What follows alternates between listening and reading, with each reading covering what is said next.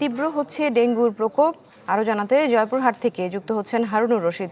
হারুন, জয়পুরহাটে আসলে ডেঙ্গুর প্রকোপ কেমন দেখা যাচ্ছে, আজকের আপডেট কি? দৃষ্টি, জয়পুরহাটে কিন্তু এখন পর্যন্ত ডেঙ্গুর তেমন প্রকোপ নেই। যত 24 ঘন্টায় একজনও ভর্তি হয় নাই। এই যাবৎ পর্যন্ত কিন্তু জয়পুরহাটে একজন রোগী হাসপাতালে চিকিৎসা নিয়েছেন।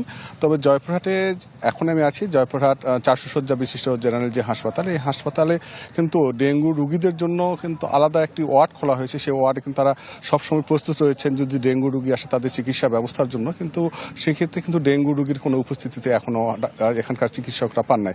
তো আমরা এখানে কথা বলেছি জয়পুরহাট 400 শয্যা জেনারেল হাসপাতালের তত্ত্বাবধায়ক ডাক্তার রাশেদ মোবারক জুয়েল। তিনি যেটি জানিয়েছেন, ডেঙ্গু প্রতিরোধে তারা কিন্তু সবসময় সচেতনতামূলক তারা প্রচারণা চালাচ্ছেন, যে বিভিন্ন জায়গায় তারা সভা মিটিং করছেন।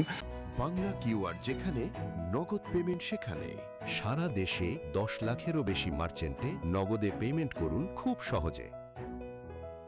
তো যাতে যে স্থানে ডেঙ্গুর যে নাভা হতে পারে সেই স্থানগুলোতে সবসময় পরিষ্কার পরিচ্ছন্নতা রাখা এবং দিনের বেলাও যেন মশারি টানিয়ে থাকা হয়। ডেঙ্গু প্রতিরোধের যে নিয়মগুলো আছে সে মেনে চলার তারা পরামর্শ দিয়ে যাচ্ছেন।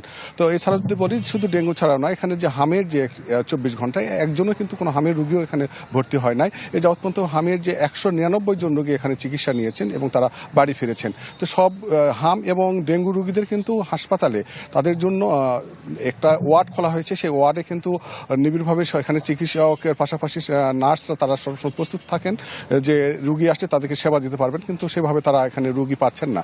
তবে এই ব্যাপারে আমরা জয়পুরহাট যে সিভিল সার্জন আছে ডাক্তার আল মামুন মিয়া, তিনি যেটি জানিয়েছেন যে ডেঙ্গু প্রতিরোধে তারা কিন্তু প্রচারণা চালাচ্ছেন। এছাড়া স্বাস্থ্য বিভাগের পাশাপাশি কিন্তু যে এখানে পৌরসভাগুলো রয়েছেন তাদের পক্ষ থেকে কিন্তু যে মশা নিধনের যে ব্যবস্থা তারা কিন্তু সেটা সর্বদা চালিয়ে যাচ্ছেন। যে সব স্থানে যে নোংরা জায়গাগুলো আছে তারা পরিষ্কার পরিচ্ছন্নতা করছেন। তারা যেটা ডাক্তার যেটি বলেছেন যে সবসময় যে পরিষ্কার পরিচ্ছন্নতা থাকতে হবে এবং যে স্থানগুলোতে যে ডেঙ্গুর প্রভাব না পড়ে সেই জায়গাগুলো এড়িয়ে চলবো। তো এই ছিল জয়পুরহাটের ডেঙ্গু পরিস্থিতির সর্বশেষ খবর। দৃষ্টি। হারুনুর রশিদ, ধন্যবাদ আপনাকে আমাদের সাথে যুক্ত হওয়ার জন্য।